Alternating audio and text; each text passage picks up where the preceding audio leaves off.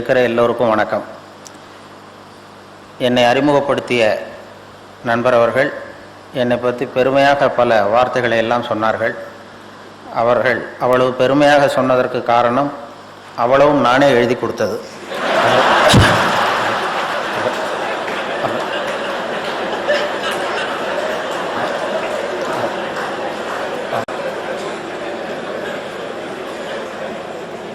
இல்லைன்னா நான் எங்கே படித்தேன் என்ன பண்ணேங்கிறது அவருக்கு எப்படி தெரியும்? நேற்று மாலையிலேயே நான் இருந்த இடத்துக்கு வந்து இதையெல்லாம் எழுதி வாங்கி கொண்டார். இவர் இவ்வளவு தூரம் விடாமல் சொல்லுவார் என்று தெரிந்தால் இன்னும் கூட எழுதி கொடுத்துருப்பேன். அவருக்கு எழுதி கொடுத்தவரை விடாமல் சொன்னதுக்கு ரொம்ப நன்றி. இந்த மாதிரி பெரிய இடங்களுக்கெல்லாம் என்னை யாரும் பேச கூப்பிடுவதில்லை. சாதாரணமாக குழந்தைகள் எல்கேஜி யூகேஜி படிக்கிற பிள்ளைங்கள்ட்ட ஏதாவது பேசுகிறதுக்கு கூப்பிட்டு தான் பழக்கம். அங்கே போய் காக்கா கதை நரி கதை ஏதாவது சொல்லிகிட்ருப்பேன். இங்கே இது மாதிரியான அறிவு சார்ந்த கூட்டத்தில் எல்லாம் பேசுகிறது அது புது அனுபவம். இப்படி நீங்கள்லாம் இப்போ குழந்தைகளாக இருந்தால் நல்லா பேச முடியும். இது வரும்பொழுதே எங்கள் பக்கத்து வீட்டுக்காரர் ஒருத்தர் இருக்கார். என்னை பற்றி ரொம்ப நல்லா தெரிஞ்சவர். என்னை பற்றி என்னுடைய குணம் என்ன எதுங்கிறலாம் தெரியும். பக்கத்து வீட்டுக்காரர் அவர்கிட்ட சொல்லிகிட்டு இருந்தேன் பெருமையாக, அருட்தந்தையினுடைய விழாவில் பேசுகிறதுக்காக போகிறேன் அப்படின்னது ரொம்ப ஆச்சரியமாக பார்த்தார். ஒன்று எதுக்கு அங்கேயெல்லாம் கூப்பிட்றாங்க அப்படின்னாரு. இல்லை கூப்பிட்ருக்காங்க, அழகர் ராமானுஜன் தான் என்னை கூப்பிட்டார் அப்படின்னு. அவர் ரொம்ப பெரியவராச்சே அப்படின்னாரு. சரி இப்போ என்ன சொல்கிறேன், நான் போகக்கூடாதா? இல்லை உனக்கு ஒன்றும் விஷயம் தெரியாத, ஒன்று எதுக்கு அவர் கூப்பிட்றேன் அப்படின்னாரு. எனக்கு ஒன்றும் விஷயம் தெரியாதுங்கிறது சரி, அது உனக்கு தெரியுது, அழகர் ராமானுஜனுக்கு தெரியாது இல்லையா? அவருக்கு அதனால் கூப்பிட்ருக்காரு, நான் போகிறேன் அப்படின்னு சொல்லி வந்தேன். அதனால் அப்படி வரும்பொழுதே அவரும் அழகர் ராமானுஜன் அவர்களும் சொல்லிட்டார். காலையில் நாசுக்காக சொன்னார். நேற்றுக்கு சுகி சிவமும் அவர் இன்னொருத்தர் பேசினார், சத்யசீலனும் ரொம்ப விவரமாக பேசிட்டாங்க, நீ கொஞ்சம் வித்தியாசமாக பேசினா போதும் அப்படின்னார். அப்படின்னா என்ன அர்த்தம்? அவங்க விவரமாக பேசிட்டாங்க, நீ விவரம் இல்லாமல் பேசினா போதும் அப்படிங்கிற மாதிரி அவர்கள் கொஞ்சம் நாசுக்காக சொன்னார்கள். இருந்தாலும் எனக்கு இந்த நூற்றாண்டின் மிகச்சிறந்த சிந்தனையாளர் ஒருவரை மேடையிலே வைத்து கொண்டு வேடிக்கையாக பேசுறது எனக்கே ஒரு குற்ற உணர்வை ஏற்படுத்துகிறது. இருந்தாலும் சிரிப்புங்கிறது ஆன்மீகத்துக்கு விரோதமான செயல் அல்ல. தியானத்தை விட பெருசு ஹாஸ்ய யோகம்னு சொல்லுவாங்க. அதாவது தியானம் பண்ணும் பொழுது உங்களுடைய எண்ணம் ஒரு குறிப்பிட்ட புள்ளியில் தான் இருக்கும். சிரிக்கும் பொழுது அந்த புள்ளியும் மறைஞ்சிரும். எதற்காக சிரிக்கும் பொழுது எதுவுமே சிந்தனை இருக்காது. அதனால் தியானத்தை விட மேலானது ஹாஸ்ய யோகம் என்று அவர்களை போன்று பெரியவர்களே சொல்லியிருக்கிறார்கள். அதனால் இது மாதிரி கொஞ்சம் அதிக பிரசங்கித்தனத்தை எல்லாம் கொஞ்சம் பொறுத்து கொள்ளும்படி கேட்டுக்கொள்கிறேன். சிரிப்பது என்பது ஆன்மீகத்துக்கு விரோதமான ஒரு செயல் அல்ல. அவர்களை நமக்கும் அவர்களுக்கும் என்ன வித்தியாசம்னா, இப்போ நாமெல்லாம் நமக்கு மேலே இருக்கிறவங்களையே பார்த்துக்கிட்டு இருப்போம். ஒரு நடந்து போகிறவன் சைக்கிளில் போகிறவனை பார்த்து ஆசைப்படுவான் சைக்கிள் வாங்கணும்னு.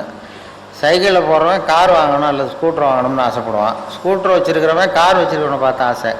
இப்படி நமக்கு மேலே இருக்கிறவங்கள பார்த்து தான் நம்ம கவலைப்படுவோம். அருட்தந்தை போன்றவர்கள்லாம் அவங்களுக்கு கீழே உள்ளவங்களை பார்த்து கவலைப்படுவாங்க. அவங்களையும் நம்ம அளவுக்கு உயர்த்துவது எப்படி மேலே கொண்டு வர்றது அப்படிங்கிறது. அதுதான் நமக்கும் அவங்களுக்கும் உள்ள வித்தியாசம். நமக்கு மேலே இருக்கிறவங்களே பார்ப்போம், நமக்கு கீழே இருக்கிறவங்களே பார்ப்பாங்க. அப்படி ஈடுபடுத்தி தான் நம்மளை படிப்படியாக மேலே அவர்கள் உயர்த்துவதற்காக முயற்சி பண்ணிகிட்டு இருக்கிறார். நேற்று ரொம்ப அருட்தந்தை சொன்னார், எனக்கு 95 வயசு ஆகிட்டுதுங்கிறத ஒரு கொண்டாட்டமாக எல்லாரும் கருதுகிறார்கள் அப்படின்னு சொன்னார். அதாவது வயசுங்கிறதே நாம் நிர்ணயம் பண்ணது தான். அதாவது இயற்கை வயசை நிர்ணயம் பண்ணலை. இயற்கையை பொறுத்த வரைக்கும் வயசுன்னு ஒன்றும் கிடையாது நமக்கெல்லாம். நாம் ஒரு நாளைக்கு 24 மணி நேரம்னு பிரித்தோம், ஒரு வாரத்துக்கு 7 நாள்னு பிரித்தோம், ஒரு வருஷத்துக்கு 365 நாள்னு பிரித்து இந்த பிரிவினை உண்டு பண்ணது நாம தான். ஒரு வருஷ கணக்கெல்லாம் ஏற்படுத்தினது. இந்த வருஷ கணக்கு ஏற்படுத்தின பிறகு தான் வயசுன்னு ஒன்று ஆரம்பமாச்சு. இல்லைன்னா வயசே கிடையாது. வருஷம் மாதம் தேதி நாம் கண்டுபிடிக்கலன்னா நமக்கு வயசுன்னு ஒன்று இருக்கிற வரைக்கும் எப்படி பிறக்கிறோம், ஆரோக்கியமாக வாழ்கிற வரைக்கும் வாழ்க்கை தான். அதனால் அருட்தந்தை அவர்களுக்கு வயசு இல்லை. அது உடம்பு நல்லா இருக்குது, மனசு நல்லா இருக்குது, நம்மை போன்ற இந்த சமூகத்தை மேம்படுத்தணுங்கிற ஒரு எண்ணம் இருக்கிறதுனால மனுஷங்கிறவன் யாருன்னு சொல்ல தெரியல. அந்த முடிவுக்கே வர முடியாமல் இப்போ நாம் என்ன பண்ணுறோம், ஒரு முடிவுக்கு வர முடியலன்னா என்ன செய்வோமோ அதையே அவங்க செஞ்சாங்க. அப்போது சபை ஒத்தி வைக்கப்படுகிறது அப்படின்னு சொல்லி முடிச்சிட்டாங்களாம். இது பழைய வரலாறு. அதுக்கப்புறம் மனுஷன்னா யாருங்கிறதுக்கு என்னென்னமோ சொன்னாங்க. பெரியார் சொன்னார், மனுஷனை வந்து நீ எதை வச்சு எடை போட முடியாது, அதாவது பணம் அதிகமாக இருக்கிறவன் தான் மனுஷன் அப்படின்னு நீ நினச்சின்னா ரிசர்வ் பேங்க் தான் பெரிய மனுஷன். அதே மாதிரி அது அறிவு படித்தவன் தான், நல்லா படிச்சிருக்கிறவன் தான் பெரிய மனுஷன்னா நூல் நிலையங்கள் தான் இவனை விட பெருசு. நல்ல அறிவு உள்ளவன் தான் பெரிய மனுஷன்னா கலைக்களஞ்சியத்தை தான் பெரிய மனுஷன்னு சொல்லணும் அப்படின்னு அவரும் அப்படி விட்டார். குன்றக்குடி அடிகளார் ஒரு தரம் வானொலி நிலையத்துக்கு வந்தார். நான் பதிவு பண்ணுறதுக்காக இருக்கும்பொழுது, நீ என்னென்ன இதெல்லாம் கவனிச்சிக்கிட்டு இருக்கிற என்ன இதுன்னு நான் விவசாயம், கால்நடை, கூட்டுறவு அப்படின்னு சொல்லி சில இதெல்லாம் பேசிகிட்டு இருந்தேன். இந்த கால்நடைன்னு சொல்கிறீ அப்படின்னா என்னன்னு கேட்டார். கால்நடைன்னா ஆடு, மாடு, கோழி இதெல்லாம் கால்நடை அப்படின்னா, எதுக்கு அதை போய் கால்நடைன்னு சொல்கிறீங்க அப்படின்னாரு. அதெல்லாம் காலால் நடக்குது சார், அதனால் கால்நடைன்னு சொல்கிறோம் அப்படின்னு. அப்புறம் கேட்டார், என்ன மனுஷனு காலால் தான் நடக்கிறான் அப்படின்னாரு. அப்போ தான் நான் தலையை சொரிய ஆரம்பித்தேன். ஆமாம் சார், இது தெரியாமல் போச்சு, இவனும் கால்நடை தான் அப்படின்னா. இல்லை, அப்புறம் அவர் விளக்கம் கொடுத்தார். காலால் மட்டுமே நடக்கக்கூடியவைகள் கால்நடைகள், மனதாலும் நடக்கக்கூடியவன் மனிதன் அப்படின்னார் அவர். இவன் மனசாலும் நடக்கக்கூடிய, காலால் மட்டும்தான் அவன் நடப்பான், மனதால் நடக்கக்கூடியவன் மனிதன் அப்படின்னா ஒருத்தன் நடத்த சரியில்லை, அதை போகிறானே அவன் நடத்த சரியில்லைன்னா நொண்டிட்டு போகிறான்னு அர்த்தம் இல்லை, பழக்க வழக்கம் சரியில்லைன்னு அர்த்தம் அப்படின்னு அவர் ஒரு விளக்கம் கொடுத்தார். நான் இந்த நிகழ்ச்சிக்கு வர்றதுக்கு முன்னாடி என்னுடைய நண்பர்கள் வேதாத்திரியம் புத்தகம் அதெல்லாம் கொடுத்து அதை படித்தேன். அதில் தான் அவர்கள் தெளிவான விளக்கம், யார் மனுஷன் அப்படின்னு வேதாத்திரியத்தை கேட்டால் அது ஒரு விளக்கம் கொடுக்குது. நீ அடுத்தவங்களுக்கு கெடுதல் செய்யாமல் இரு, ஒரு மனிதன்கிறவன் உழைச்சி வாழ்கிறவன் மனிதன். அதே மாதிரி இன்னொருத்தருக்கு கெடுதல் பண்ணாத, அடுத்தவனுக்கு தொல்லை கொடுக்காமல் இருக்கிறவன் மனுஷன். அதே மாதிரி தன்னுடைய உணவுக்காக பிற உயிர்களை கொல்லாமல் இருக்கிறவன் மனிதன். அதே மாதிரி அடுத்தவர்களுடைய பொருளையும் அவர்களுடைய சுதந்திரத்தையும் மதிக்க தெரிந்தவன் மனிதன். இப்படி அவர்கள் விளக்கம் தெளிவாக அதில் இவன் தான் மனுஷங்கிறத ஒரு விளக்கம் அதில் எனக்கு கிடைச்சிது. அது படித்தேன். ஏன்னா நீங்கள் எல்லாம் இந்த மனவளக்கலையில் ரொம்ப நெருக்கமானவர்கள், உங்களுக்கு நிறைய பழக்கம் அனுபவம் உண்டு. நான் வந்து கொஞ்சம் விலகி இருந்து இப்போ தான் நெருங்கி வந்துக்கிட்டு இருக்கிறேன். இங்கேயே வந்து அந்த பயிற்சிக்காக வரணும்னு திட்டம் போட்டுக்கிட்டு இருந்தேன். அதுக்கு முன்னாடி இதுக்கு கூப்பிட்டுட்டீங்க. அதுக்காக நாங்கள் ஒரு 4-5 நண்பர்கள் வர்றதுக்காக யோசித்து கொண்டு இருக்கிறோம். அதனால் இப்போ நான் வந்து நெருங்கி வந்துக்கிட்டு இருக்கிறவன். நீங்கள்லாம் ஏற்கனவே நெருங்கியவர்கள், அனுபவம் உள்ளவர்கள். அதனால் அதை இந்த மனம் பக்குவப்படுத்துறது, மனதை செம்மைப்படுத்துறது, மனசு நல்லா இருந்தால் எல்லாம் நல்லா போடும் அப்படின்னு சொல்லி அவர்களுடைய விளக்கம்லாம் அதில் பார்த்தோம். அதுதான் இன்றைய மனுஷனுக்கு, அதுதான் மனசை. இன்னைக்கு வந்து மனிதனுக்கு வேண்டியது நிம்மதி, மகிழ்ச்சி. ஒரு 400-600 வருஷத்துக்கு முன்னாடி மனுஷனுக்கு எவ்வளவு டென்ஷன் இருந்ததோ அதை போல் 40 பங்கு இப்போ அதிகமாக இருக்குதான். இது ஒரு புள்ளி விவரம். 600 வருஷத்துக்கு முன்னாடி நான் 1 கிலோ தலையில் வச்சுக்கிட்டு நின்னேன்னா இப்போ 40 கிலோ வச்சுக்கிட்டு நிற்கிறேன். அவ்வளவு மன இறுக்கம், டென்ஷன் அதிகமாகிட்டுது. ஏன் அப்படி ஆச்சுன்னா புது கண்டுபிடிப்புகள், புதுசாக அறிவியல் கண்டுபிடிப்புகள்லாம் ஒரு சௌகரியத்தை உண்டு பண்ணி இன்னொரு பக்கம் ஒரு டென்ஷனையும் உண்டு பண்ணிவிடும். இப்போ மின்சாரம்னு ஒன்று கண்டுபிடிச்சதுக்கு அப்புறம் தான் பவர் கட்டுனா டென்ஷன் ஆகிறோம், இல்லைன்னா பவர் கட்டுனா என்னென்னு தெரியாது நமக்கு. இப்படி ஒரு கண்டுபிடிப்பு வந்து இன்னொரு இறுக்கத்தை உண்டு. அதனால் மேலும் மேலும் மன இறுக்கங்கிறது அதிகமாகிட்டு தான் இருக்கும் காலப்போக்கில். புதுசாக கண்டுபிடிக்கிறோம்.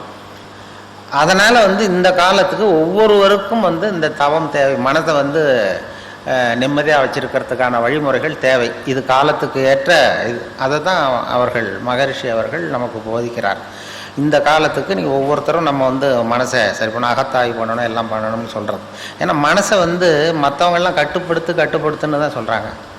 ஆனால் அருள் தந்தை தான் சொல்கிறார், மனசை வந்து நீ வந்து அடக்க நினைத்தால் அது அலையும், அதை அறிய நினைத்தால் அது அடங்கும்.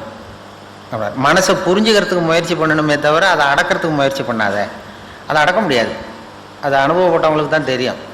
ஒருத்தன் நான் மனசை அடக்கிறேன், இது என்ன பெரிய காரியம்ட்டு போனானா காட்டில் போய் உட்காந்தான்.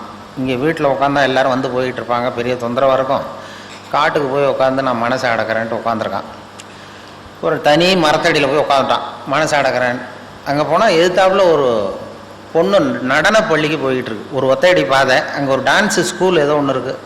அதில் தினம் பயிற்சிக்காக தினம் 8 மணி, காலையில் 8 மணிக்கு அந்த அம்மா போயிட்டுருக்கு, நடன அம்மா. அது இவன் பார்த்தான், இது ஏதரா இவ்வளவு தூரம் வந்து இங்கேயும் நமக்கு மனசு கட்டுப்படுத்த கஷ்டமாக இருக்குது, இந்த பொண்ணு போகுது இந்த பக்கம் அப்படின்னு சொல்லி மறுநாள் ஒரு துணி எடுத்து கட்டிவிட்டான் கண்ணை. துணி எடுத்து கண்ணை கட்டிக்கிட்டான். நல்லா இனிமேல் ஒன்றும் பிரச்சனை இல்லை, நான் மனசை கட்டுப்படுத்துகிறேன் அப்படின்னு உட்காந்தான். மறுநாள் காலையில் 8 மணிக்கு அது காலில் கட்டியிருக்கிற சதங்க ஜல்லு ஜல்லுன்னு சத்தம் கேட்டுதான். காது வழியாக உள்ள வந்தது. அப்புறம் காதையும் ஒரு துணியை போட்டு கட்டி விட்டான். இனிமேல் ஒன்றும் கவலை இல்லைன்னு.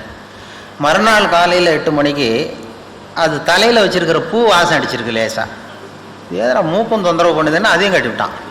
கண்ணு இது என்ன பெரிய மனசை அடக்கிறது பெரிய காரியம். கண்ணுக்கு அது மூக்கு கட்டியாச்சு, எல்லாத்தையும் கட்டிவிட்டு இனிமேல் ஒன்றும் பிரச்சனை இல்லைன்னு உட்காந்துட்டான். மறுநாள் காலையில் 8 மணிக்கு சரியாக 8 மணிக்கு அவன் மனசு நினச்சி தான் இந்நேரம் அவள் போயிட்டு இருப்பா அப்படின்னு. அதை எந்த துணியால் கட்டுறது? அதுக்கு தான் ஆன்மீகம்.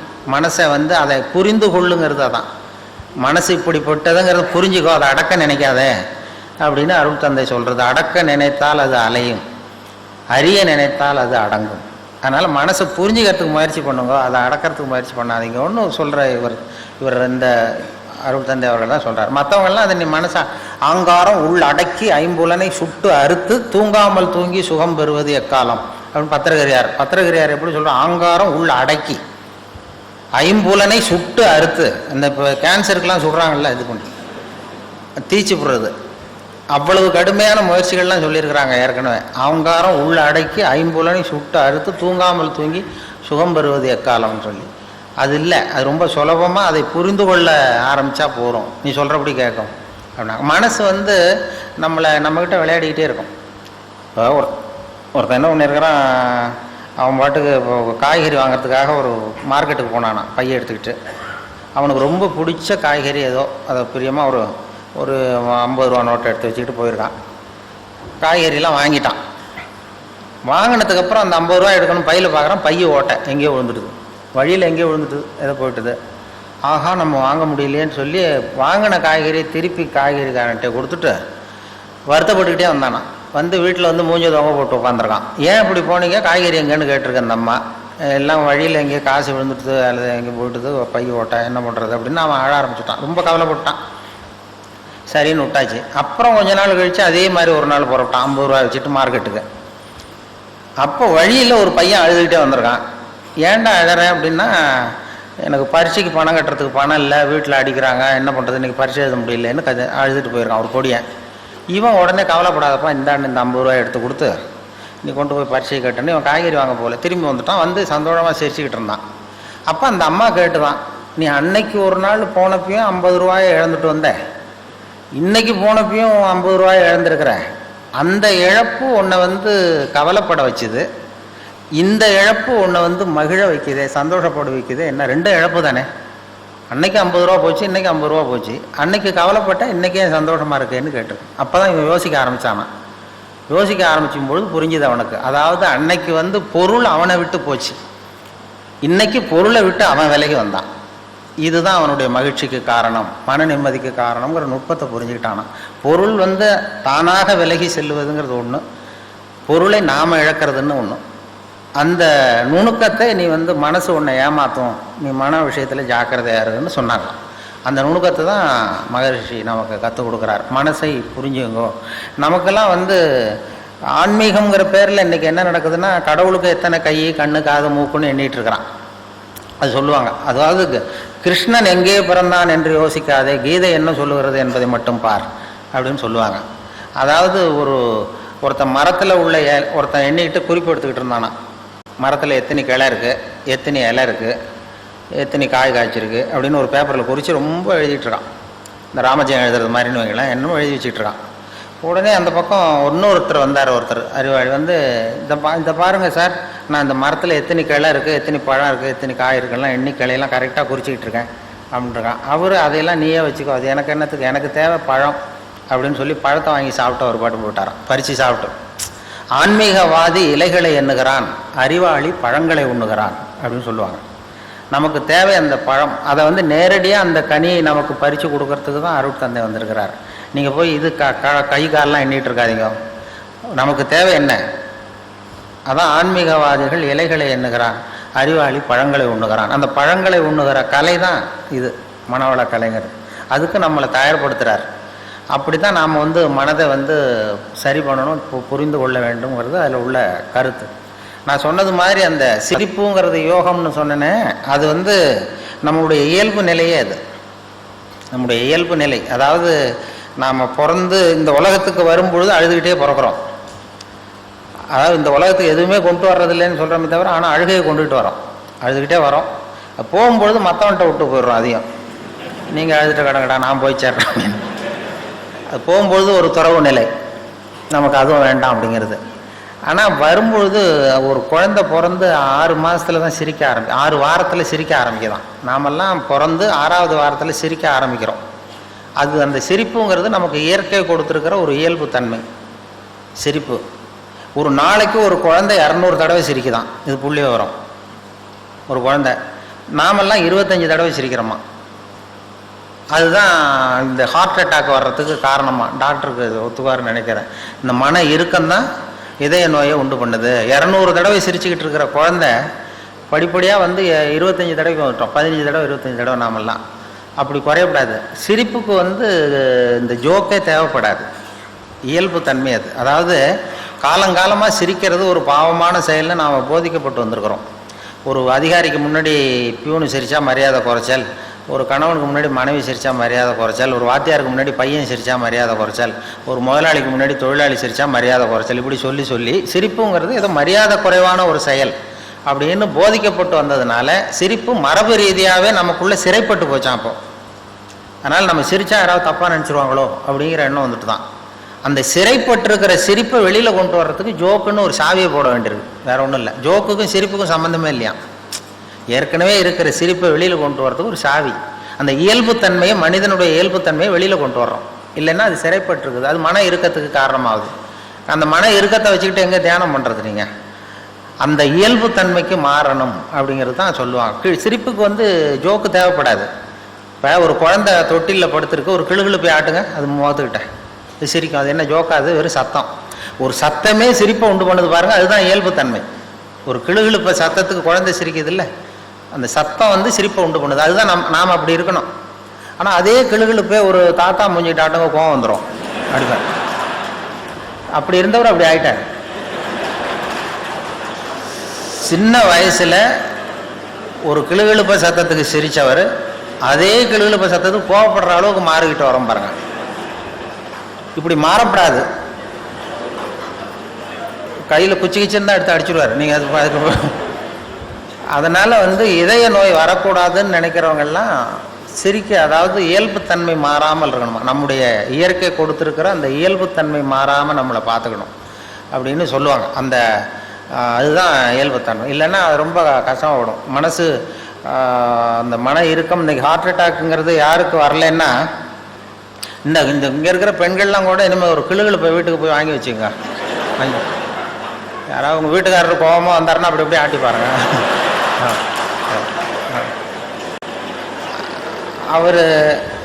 அவர் சிரிச்சுட்டாருன்னு வைங்க, கவலையே பட வேண்டாம். அவர் ஏதாவது கோவப்பட்டாருன்னா உடனே இசிஜி எடுத்து பார்க்கணும், பார்த்து சரியாக இருக்கா. அதுதான் இப்போ மருத்துவம் சொல்லுகிற உண்மை. இதய நோய் வராத இருக்கிறவங்க யாருன்னா பைத்தியக்காரங்களுக்கு இது வரைக்கும் ஹார்ட் அட்டாக்கே வந்தது இல்லையா. டாக்டர்கள் தான் சொல்கிறாங்க, பைத்தியக்காரனுக்கு ஹார்ட் அட்டாக் இது வரைக்கும் வந்ததே இல்லை. அந்த பைத்தியத்தன்மை நமக்கு வேணுமா?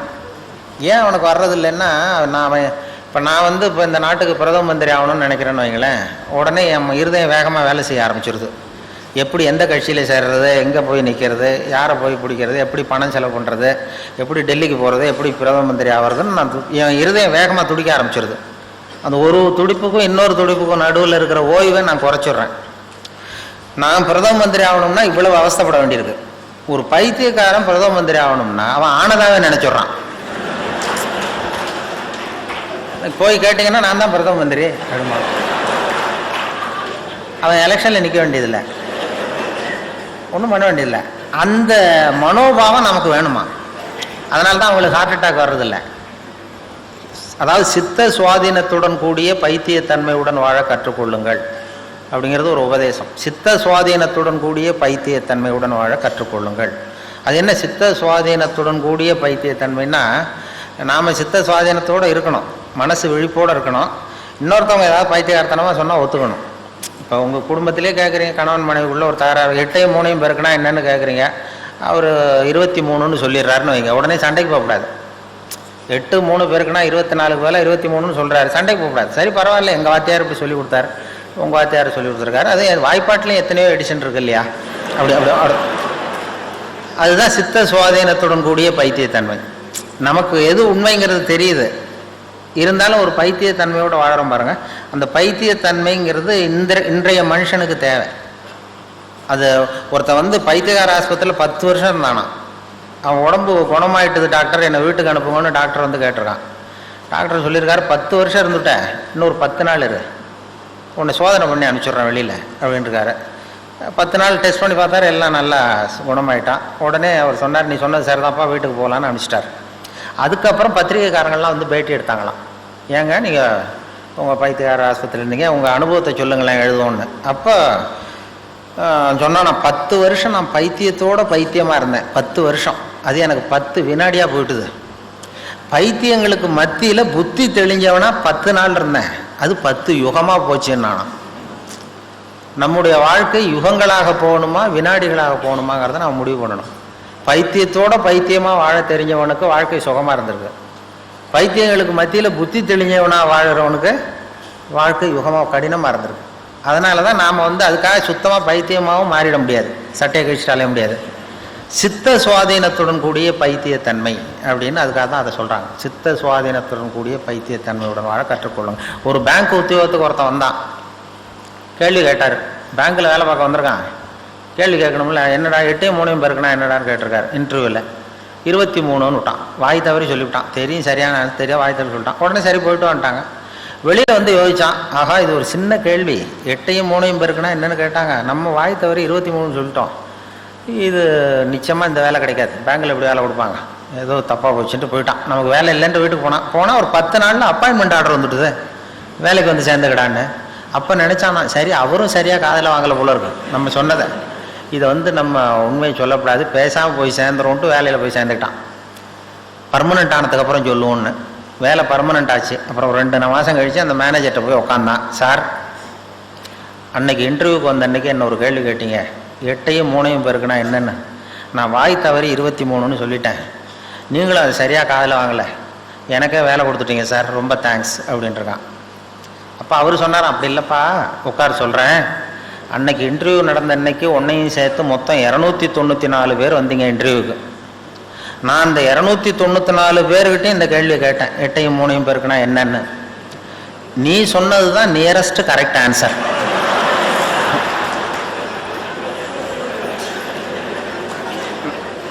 நான் அதனால தான் உனக்கு வேலை கொடுத்தேன், ஏமாந்து போய் கொடுத்துள்ள அப்படின்னாராம். அதுதான் அந்த பைத்தியத்தன்மை. அதாவது வாழ்க்கையில் நிம்மதி வேணுங்கிறவங்களுக்கு நியரஸ்ட் கரெக்ட் ஆன்சர் பார்க்க தெரியணும். பர்ஃபெக்ஷன் பார்க்குறவங்களுக்கு நிம்மதி இருக்காது. அறிவியலில் துல்லியம் முக்கியம், சயின்ஸ்லாம் ரொம்ப துல்லியம் தான் வேணும்.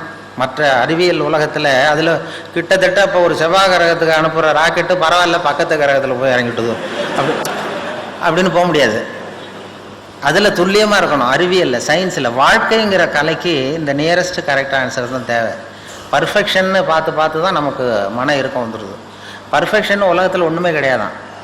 நானே என் மனசில் ஒரு உருவத்தை வரைஞ்சிக்க வேண்டியது, நான் வரைஞ்சிக்கிற மனசுக்குள்ளே வச்சுருக்கிறேன் அதே மாதிரி எதிரில் இருக்கிறது இருக்கான்னு பார்க்குறேன். அப்படி இருந்ததுன்னா அது பர்ஃபெக்ட்னு ஒத்துக்கிறேன், இல்லைன்னா அது பர்ஃபெக்ட் இல்லைங்கிறேன். அதாவது கோளாறு நான் வரைகிற ஓவியத்தில் இருக்குது. எது இந்த உலகத்தில் எப்படி எப்படி இருக்கணுமோ அது அப்படி தான் இருக்குது. Accept people as they are, accept things as they ஆர்மாங்க. அதனால் நானாக உன்னை மனசில் வச்சுக்கிட்டு இது மாதிரி அது இல்லையேன்னு கவலைப்படுறேன் பாருங்கள், இதெல்லாம் மன இறுக்கத்துக்கு காரணமாக போடுது. மன இறுக்கம், மன வருத்தம் இப்படி தாங்க. ஏன்னா உலகத்தில் அழகுங்கிறதுக்கே ஒரு சொல்லுவாங்க, அழகாக இருக்கிற பொருளை நீ விரும்புவதில்லை, அழகாக இருக்கிற பொருளை நீ விரும்புவதில்லை, நீ விரும்புகிற பொருள் அழகாக இருக்கிறது. அதுதான் உண்மை. நாம் அந்த எதை விரும்புகிறோமோ அந்த பொருள் அழகாக இருக்குது. ஒரு நீக்கிறவுக்கு அந்த குழந்தை அழகாக தெரியுது, நமக்கு அசிங்கமாக தெரியுது. ஏன்னா அந்த தாய்க்கு அந்த குழந்தை மேலே விருப்பம். அதனால் நாம் விரும்புகிற பொருள் அழகாக இருக்கிறது அப்படின்னா, இந்த உலகம் பூரா அழகாக இருக்கணும்னா என்ன, நாம் இந்த உலகத்தை விரும்பணும். அந்த விரும்புகிற கலையை தான் மகரிஷி கற்றுக் கொடுக்குறாரு, வேற ஒன்றும் இல்லை. அப்படி பார்த்துட்டிங்கன்னா அந்த அளவுக்கு மனசை பக்குவப்படுத்திவிட்டால் இந்த உலகம் பூரா அவங்களுக்கு அழகாக இருக்கும். இந்த உலகம் ஒரு சொர்க்கமயமாக இருக்கும். அப்படி அந்த மனசை நாம் பக்குவப்படுத்த வேண்டிய நிலைமையில் இருக்கிறோம். அதுக்கு தான் அவர்கள் இந்த பயிற்சி இதெல்லாம் வந்து சொல்லி கொடுத்துக்கிட்டு இருக்கிறாங்க. இன்றைக்கி எத்தனையோ வெடிகுண்டு அது இதுன்னு சொல்லி சொன்னாங்க. வெடிகுண்டு இப்போ மிருகங்கள் கூட அதெல்லாம் பண்ணுறதில்ல. மிருகங்கள் இப்போ பேப்பரில் செய்தி வருதா, இன்றைக்கி பொள்ளாச்சியில் ஒரு கோழி ஒரு சேவலை AK-47 துப்பாக்கியால் சுட்டு விட்டுது. அந்த பொள்ளாச்சி சேவலுக்கும் கோயம்புத்தூரில் ஒரு கோழிக்கும் கள்ள தொடர்பு அப்படின்னு அப்படி வர்றதில்லை. ஆனால் மனுஷனை பற்றி இப்படி வருது செய்தி இல்லையா? இப்போ ஒரு ஆட்டுக்குட்டி ஒரு உடம்புலாம் வெடிகுண்டை கட்டிக்கிட்டு இன்னொரு ஆட்டுக்குட்டியை போய் கட்டி பிடிச்சிது பண்ணாது. அப்படி பண்ணியிருந்தால் மறுபடியும் டிஆர்கே விசாரணை கமிஷன் ஆரம்பிக்கணும். அது மாதிரி வந்துடும். அது மனுஷன் செய்கிறான், ஆனால் மிருகங்கள் அதை பண்ணுறதில்ல. அந்த மாதிரி அந்த இன்னைக்கு வந்து ஒரு பசுமாடு காளமாட்டு அவமானம் தாங்காமல் தூக்க மாட்டிக்கிட்டு தொங்குது. இதெல்லாம் வந்து பாருங்கள், மிருகங்கள் செய்யாத விஷயங்களை மனுஷன், ஏன்னா அந்த மனசு தான் காரணம் இது எல்லாத்துக்கும். அதுக்கிட்ட இல்லாதது நம்மக்கிட்ட என்ன இருக்குன்னா, இந்த இவ்வளவுக்கு கோளாக இருக்கும் மனம்தான் நம்மளை அந்த அளவுக்கு திசை திருப்புறது, வழி நடத்துறது. அதனால் மனசை வந்து புரிந்து கொள்ளுங்கள், மனசை அடக்காதீங்க, மனதை புரிந்து கொள்ளுங்கள்ங்கிற உபதேசம் அவர்கள் சொன்னது.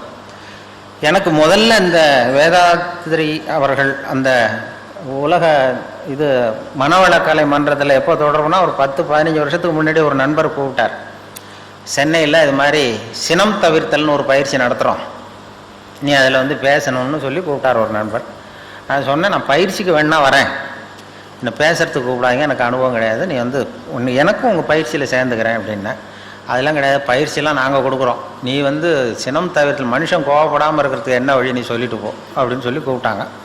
சரி ஏதாவது போவோமேன்னு சொல்லி போய் நான் சும்மா கதை மாதிரி சொல்லிட்டு வந்தேன். கோவப்படுறது மனுஷ இயல்பு, அது என்ன பண்ணுறதுன்னா அப்படின்னு சொல்லி ஒரு கதை சொன்னேன். அதாவது மீனம்பாக்கம் ஏர்போர்ட்டில் ஜப்பானுக்கு போக வேண்டிய ஒரு பிரயாணி நிறைய லக்கேஜெல்லாம் தூக்கிட்டு வந்திருக்கார்.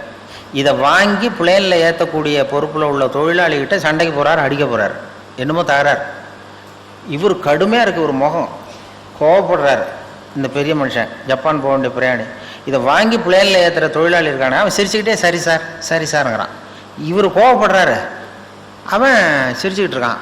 இதை ஒரு பேராசிரியர் பார்த்துட்டு இருக்கிறார், மனவளக்கலை மன்ற பேராசிரியர் அங்கே உட்காந்து பார்த்துட்டு இருக்காரு. இது என்ன இந்த பெரிய மனுஷன் இவ்வளவு கோவப்படுறான், அந்த சாதாரண தொழிலாளி சிரிச்ச முகத்தோடு இருக்கிறானே, அவன் வந்து நமக்கு வகுப்பு எடுக்கலாம் போல இருக்கு, சினம் தவிர்த்தல் வகுப்பு அப்படின்னு நினச்சிட்டார். உடனே இது எல்லாம் முடிஞ்சது, அவர் வச்சு திட்டிவிட்டு போயிட்டார். அப்புறம் அவன் லக்கேஜ் எடுத்துகிட்டு போனால் எல்லாம் முடிஞ்சது. அப்புறம் பிளேன் வந்து ஜப்பானுக்கு ஏறி போயிட்டார். அதுக்கப்புறம் இந்த பேராசிரியர் அவனை ஓடி பிடிச்சி கொண்டு வந்தார் அந்த தொழிலாளியை. தவாரப்பா, நாங்கள்லாம் சினம் தவிர்த்தல்னு பயிற்சி ரொம்ப காலமாக நடத்திக்கிட்டு இருக்கோம், நான் இது நடைமுறையில் இன்றைக்கி அந்த ஆள் ஒன்று அவ்வளவு திட்டனா பெரிய பதிலுக்கு முகம் கூட சொல்லிக்கல, சிரிச்சுக்கிட்டே இருந்தே, அது எப்படி அவ்வளோ திட்டம், அவனுக்கு கோவமே வரலையா உனக்கு அப்படின்னார். அப்போ அவன் சொன்னான், அப்படி இல்லை சார், மனுஷன்னு பிறந்தா கோவம் வராமல் இருக்காது, கோவம் வரும், எல்லாருக்கும் கோவம் வரதான் செய்யும், ஒவ்வொருத்தரும் அவங்கவுங்க வழியில் அதை டீல் பண்ணுவாங்க. நீ என்னடா பண்ணேன்னு கேட்டிருக்காரு. ஒன்றும் இல்லை சார், அவர் அந்த பெரிய மனுஷன் ஜப்பான் போயிட்டுருக்கார், அவர் லக்கேஜெல்லாம் அமெரிக்கா போயிட்டுருக்கு அப்படின்னு.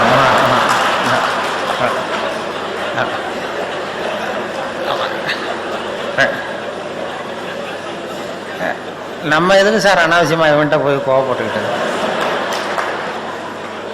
நம்ம வழியில் நம்ம சினத்தை தவிர்த்துக்கிட்டா போகுது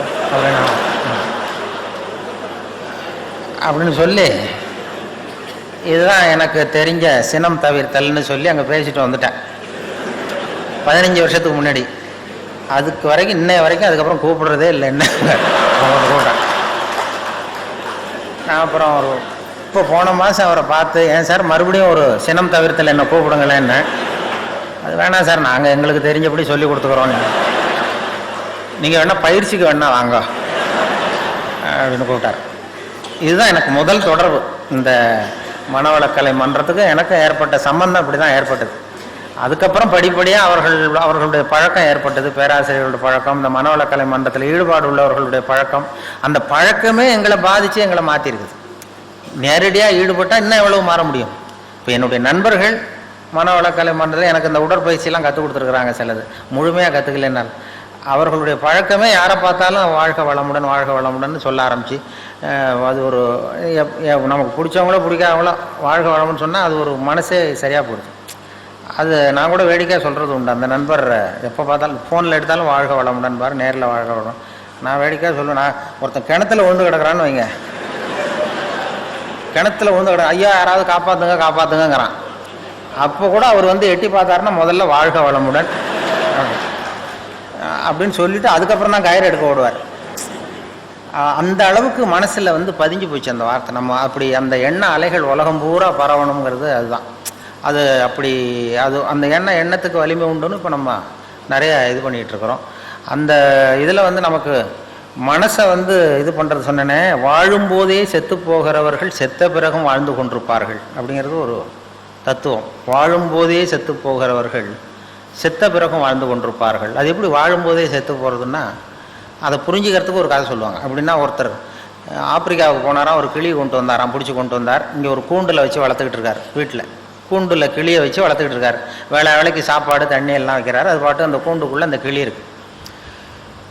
மறுபடியும் இவர் வந்து ஆப்பிரிக்காவுக்கு போகிறார் அந்த வளர்த்தவர். அப்போ அந்த கிளிகிட்ட கேட்டாராம், கூண்டு கிளிகிட்ட போய், இந்த வார கிளியே, நீ பிறந்த இடத்துக்கு நான் போகிறேன், இப்போ மறுபடியும் அங்கே உன் சொந்தக்காரங்க நிறைய பேர் இருப்பாங்க, அவங்களுக்கு ஏதாவது செய்தி இருந்தால் சொல்லு, உனக்கு சொந்தக்காரங்க இருந்தால் செய்தி இருந்தால் சொல்லிட்டு வரேன்னு இருக்கார் அந்த கிளிகிட்ட. இந்த கிளி கூண்டுக்குள்ளேயே உட்காந்துக்கிட்டு, அது ஏதோ நான் கூண்டுக்குள்ளே இப்படியே வேலைக்கு சாப்பாடு கிடைக்குது, தண்ணி கிடைக்குது, கூண்டுக்குள்ளே காலத்தை ஓட்டிகிட்டு இருக்கேன்னு சொல்லு அப்படின்ட்டுருக்கு. இவர் நேராக போனார் ஆப்பிரிக்காவுக்கு. போய் அங்கே காட்டு பக்கம் போய் இப்படி ஒவ்வொரு மரமாக பார்த்து சொல்லிகிட்டு இருந்தாராம். கிளி பார்த்து, உங்கள் ஜோடி கிளி எங்கள் கூண்டில் இருக்குன்னு. எதுவும் கவனிக்கல எந்த கிளியும். ஒரே ஒரு கிளி மட்டும் தனியாக உட்காந்துருந்து தான் ஒரு கிளையில். இவர் ஒரு யூகத்தில் அந்த கிளிகிட்ட போய், கிளியே உன்னுடைய ஜோடி கிளி அங்கே கூண்டில் வச்சு வேலைக்கு சாப்பாடு தண்ணிலாம் கொடுக்குறோம், கூண்டுக்குள்ளே வாழ்ந்துக்கிட்டு இருக்கு, எங்கள் வீட்டில் தான் இருக்குன்னு சொல்லியிருக்காரு. உடனே அந்த தனியாக இருந்த கிளி பொலன்னு கண்ணீர் விட்டு தான் அப்படியே சுருண்டு விழுந்து செத்து போச்சு. இவர் நினச்சிட்டா, ஐயோ நம்மளால் ஒரு கிளி இப்போ உயிர் போயிட்டுதே, இது அந்த ஞாபகத்தை ஜோடி கிளி, அதோட ஜோடி கிளி இதுன்னு புரிஞ்சுக்கிட்டார். உடனே ரொம்ப சோகத்தோடு வந்தார். இங்கே வந்து கூண்டு கிளிகிட்ட சொன்னாராம். கூண்டு கிளிகிட்ட அது மாதிரி சொன்ன, அங்கே போய் ஒரு மரத்தில் உன் ஜோடி கிளி இது மாதிரி நீ கூண்டுக்குள்ளே தான் அப்படியே உழுந்து செத்து போச்சு அப்படின்னுக்காரு. அப்படி சொன்னது இந்த கூண்டுக்குள்ளே இருந்த கிளியும் பொலன்னு கண்ணீர் விட்டு தான் அப்படியே சுருண்டு உள்ளே விழுந்து செத்து போச்சு. இவர் ரொம்ப வருத்தப்பட்டார், அனாவசியமாக 2 கிளியை வீணாக எடுத்துட்டோமே அப்படின்னு சொல்லி. உடனே கிணிமை இதை வச்சுட்டு கூண்டுக்குள்ளே வச்சுருக்கக்கூடாது அப்படின்னு கூண்டை திறந்து அதை எடுத்து தூக்கி எறிஞ்சாராம் பக்கத்து வெளியில் தூக்கி எறிஞ்சா அப்படி படபடன்னு ரெக்கை அடிச்சுட்டு போய் உட்காந்துக்கிட்டு மரத்தில். அது சாவில் செத்தது மாதிரி கிடந்திருக்கு. போய் உட்காந்துக்கிட்டு சொல்லிச்சான், இது வந்து கூண்டுக்குள்ளேருந்து தப்பிக்கிறதுக்கு என்ன வழிங்கிறத என் ஜோடி கிளி உன் மூலமாக சொல்லி அனுப்பிச்சுது. அதுவும் அங்கே சாவில் உயிரோடு தான் இருக்கு. கூண்டுக்குள்ளேருந்து நீ தப்பிக்கணும்னா செத்தது மாதிரி நடி, உன் தலைகள்லேருந்து விடுபட்டு போடலாம், வெளியில் வந்துடலாம், கூண்டிலேருந்து விடுதலை கிடைக்கும் உனக்கு. அது ஆன்ம விடுதலை. அதனால் அந்த கிளி வாழும்போதே செத்து போனது, இப்பொழுது செத்த பிறகும் வாழ்ந்து கொண்டிருக்கிறது. வாழும்போதே செத்து போகிறவர்கள் செத்த பிறகும் வாழ்ந்து கொண்டிருப்பார்கள்ங்கிற தத்துவத்தை அப்படி சொல்லுவாங்க. அந்த தலைகள்லேருந்து விடுபடணும்னா அந்த ஆன்ம விடுதலை. அதுதான் அந்த விடுதலை நமக்கு கிடைக்கணுங்கிறது தான் இந்த மன்றத்தை நமக்கு கொடுக்குற பயிற்சிகள். ஆன்ம விடுதலை உள்ளுக்குள்ளே போய் அகத்தாய்வு பண்ணுறதுனா எதுக்குன்னா, உள்ளே இருக்கிற ஒருத்தனை கண்டுபிடிக்கணும். உள்ளே இருக்கிற ஒருத்தர் இருக்கான் நமக்குள்ளே. இப்போ நமக்கெல்லாம் யாருன்னா ஒவ்வொருத்தரும் 3 பேர். இப்போ என்னை பற்றி நான் என்ன நினைக்கிறேன்னா அது ஒருத்தன், என்னை பற்றி நீங்கள் என்ன நினைக்கிறீங்களோ அது ஒரு மனுஷன். நம்ம 2 பேருக்கும் தெரியாத எனக்குள்ளே ஒருத்தன் இருக்கான், அவன் 3வது மனுஷன். அந்த 3வது மனுஷனை அடையாளம் கண்டுபிடிக்கிற முயற்சி தான் இந்த அகத்தாய்வு, இந்த பயிற்சிகள்லாம். 3வது மனுஷனை நீ கண்டுபிடிச்சி வெளியில் கொண்டு வா, கண்டுபிடிச்சா உலகம் வந்து சமாதானம் வந்துடும். அது என்ன 3வது மனுஷன்னா, இது ரொம்ப தியரிட்டிக்கலாக இருக்கிறது மாதிரி இருக்கும். 3 மனுஷன் எப்படி இருக்கான் அப்படின்னு ப்ராக்டிக்கலாக பார்க்கலாம். அதை நான் என்னுடைய அனுபவத்திலே பார்த்துருக்கேன். நான் மயிலாப்பூரில் கொஞ்ச நாள் குடியிருந்தேன், வானொலி நிலையத்துக்கு பக்கத்தில். அப்போ ஒரு 2 வீடு தள்ளி ஒரு பாட்டி அம்மாவுக்கு உடம்பு சரியில்லை, ரொம்ப சீரியஸ், ரொம்ப வயசான பாட்டி, உடம்பு சரியில்லை ரொம்ப. அந்த பேரன்லாம் ஓடி வந்து பாட்டிக்கு உடம்பு சரியில்லை, ஆஸ்பத்திரிக்கு அழைச்சிட்டு போகணும்னு ஓடி வந்தான். உடனே நான் ராத்திரி 12 மணி இருக்கும், ஓடி போய் அந்த பாட்டி ஒரு பக்கத்தில் ஒரு ஆட்டோ ரிக்ஷா ஸ்டாண்ட் இருந்தது, அதில் போய் ஒரு பையன் தூங்கிட்டு இருந்தான், எல்லாம் தூங்கிட்டானோ, ஒரு பையன் தூங்கிட்டு இருந்தான். ஆட்டோ டிரைவர், எழுந்திருப்பா, பாட்டியை ஆஸ்பத்திரிக்கு கொண்டு போகணுன்னு. இப்போலாம் வர முடியாது சார், காலையில் பார்த்துக்கலாம் அப்படின்னா. பாட்டிக்கு உடம்பு சரியில்லடா, சீரியஸாக இருக்குன்னா, பாட்டிக்கெல்லாம் போய் ஏன் சார் கவலைப்படுறீங்க அப்படின்னா. ஒரு பொடியா சின்ன அப்படிலாம் இல்லை, உனக்கு எவ்வளோ பணம் வேணுமோ தரோம், நீ வாடான்னதும் சரி 250 ரூபா கொடுத்தா வரேன் அப்படின்னா. நீ எவ்வளோ வேணாலும் வாங்கிக்க வாடான்னு சொல்லி ஆட்டோவை கூப்பிட்டு வந்தோம். அந்த இடத்துக்கு 30 ரூபா தான் இப்போ பணம் கொடுக்கறது வழக்கம். அந்த இடத்துலேருந்து ராயப்பேட்டை ஆஸ்பத்திரிக்கு 30 ரூபா. இவன் 250 ரூபா கேட்டான். சரி வாடான்னு சொல்லி கூப்பிட்டு வந்து பாட்டி வீட்டுக்கு முன்னாடி நிறுத்தி, அவனும் உள்ள ஓடி வந்து பாட்டியை தூக்கும்போது அவனும் கை கொடுக்குறான். கையை கொடுத்து தூக்கிட்டு வரான். தூக்கிட்டு வந்து பாட்டியை உட்கார வச்சு நாங்கள்லாம் போகிறோம். போய் ராயப்பேட்டை ஆஸ்பத்திரியில் கொண்டு போய் இறக்குனதும் அவனும் மறுபடியும் தூக்கிட்டு வரான். பாட்டியை தூக்கிட்டு வந்து டாக்டர்கிட்ட ஒப்படைச்சிட்டு மறுபடியும் வெளியில் வந்தான். டாக்டர்கிட்ட ஒப்படைச்சிட்டோம் இந்த பாட்டியை. அப்புறம் வெளியில் வந்து இவன்கிட்ட இந்தா நீ கேட்டால் 250 ரூபா இந்தடா அப்படின்னு கொடுத்தோம். அப்போ அந்த பொடி சின்ன பையன், விவரம் இல்லாத பையன், அவன் சொல்கிறான், எனக்கு பணம் வேணாம் சார், பாட்டிக்கு இது நான் செஞ்ச உதவியாக இருக்கட்டும் அப்படின்ட்டான். சொல்லிவிட்டு ஆட்டோ எடுத்துகிட்டு போயிட்டான். அப்போ என்னென்னா இதில் வந்து ஒரு இளைஞன் இந்த நேரத்தில் இரக்கம் இல்லாமல் 250 ரூபா கேட்குறானே, 250 ரூபா கேட்டான் பாருங்க, அவன் தான் முதல் மனுஷன். இந்த வயசில் இப்படி இரக்கம் இல்லாமல் இருக்கானேன்னு நான் நினச்சேன் பாருங்க, அவன் தான் 2வது மனுஷன். அந்த உண்மையான 3வது மனிதன் ராயப்பேட்டை ஆஸ்பத்திரியில் தான் வெளில வந்தான். அந்த அடையாளம் அவன் எந்த அகத்தாயும் பண்ணாதவன். அந்த 3வது மனுஷனை அடையாளம் கண்டுபிடிங்கிறதுக்காக தான் இவங்க இவ்வளவு பயிற்சிகள் நம்ம கொடுக்குறாங்க. இது வந்து மதங்கள், மதவாதிகளையும் எல்லார்கிட்டையும் உண்டு. அந்த 3வது மனுஷன் உள்ள ஒளிஞ்சிருப்பான், வெளியில் தெரிய மாட்டான். இப்போ அமர்நாத் கோயிலுக்கு இந்து பக்தர்கள்லாம் போயிட்டு இருக்கிறப்ப செத்து விழுந்தாங்க ஒரு 5-6 வருஷத்துக்கு முன்னாடி பேப்பரில். அதாவது குளிர் தாங்காமல் செத்து போய் விழுந்துட்டு இருந்தாங்க அமர்நாத்துக்கு, அந்த குளிர் இதுக்கு.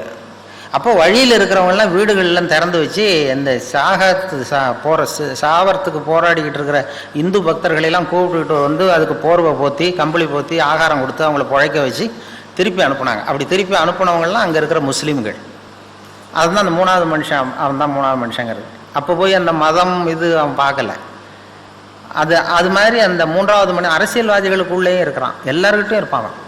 இப்போ ஸ்டாலின் வந்து இருக்கார், மேயர், மெட்ராஸ் மேயர். அவர் வந்து பிறந்தநாள் வாழ்த்து சொல்கிறதுக்காக திருநெல்வேலி பக்கத்துலேருந்து நிறைய பேர் வந்துருந்தாங்க. ஒரு 8 வருஷத்துக்கு முன்னாடி எல்லாரும் வந்து பிறந்தநாள் வாழ்த்து சொல்லிட்டு திரும்பி போகிறாங்க. திண்டிவனத்துக்கு பக்கத்தில் ஒரு அந்த இளைஞர் அணி, திமுக இளைஞர் அணி வேன் கவுந்துட்டுது. ஒரு 4-5 பேர் செத்து போட்டாங்க ஆக்சிடெண்ட்டில்.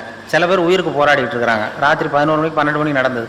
எல்லாம் இடித்தவன் ஓடி போட்டான். அந்த நமக்கு எதுக்கு வம்புன்னு. அதுக்கப்புறம் வர்றவங்களும் திரும்பி பார்க்கல, இது நம்ம கோர்ட்டுக்கிட்டு அலையணும் அப்படின்னு சொல்லிட்டு போயிட்டாங்க. விடிய காலம் வந்து அந்த திண்டிவனத்தில் இருந்த இளைஞர்கள் சில பேர் ஓடி வந்திருக்கிறாங்க. அவங்க வந்து டீ குடிக்க வந்தவங்க.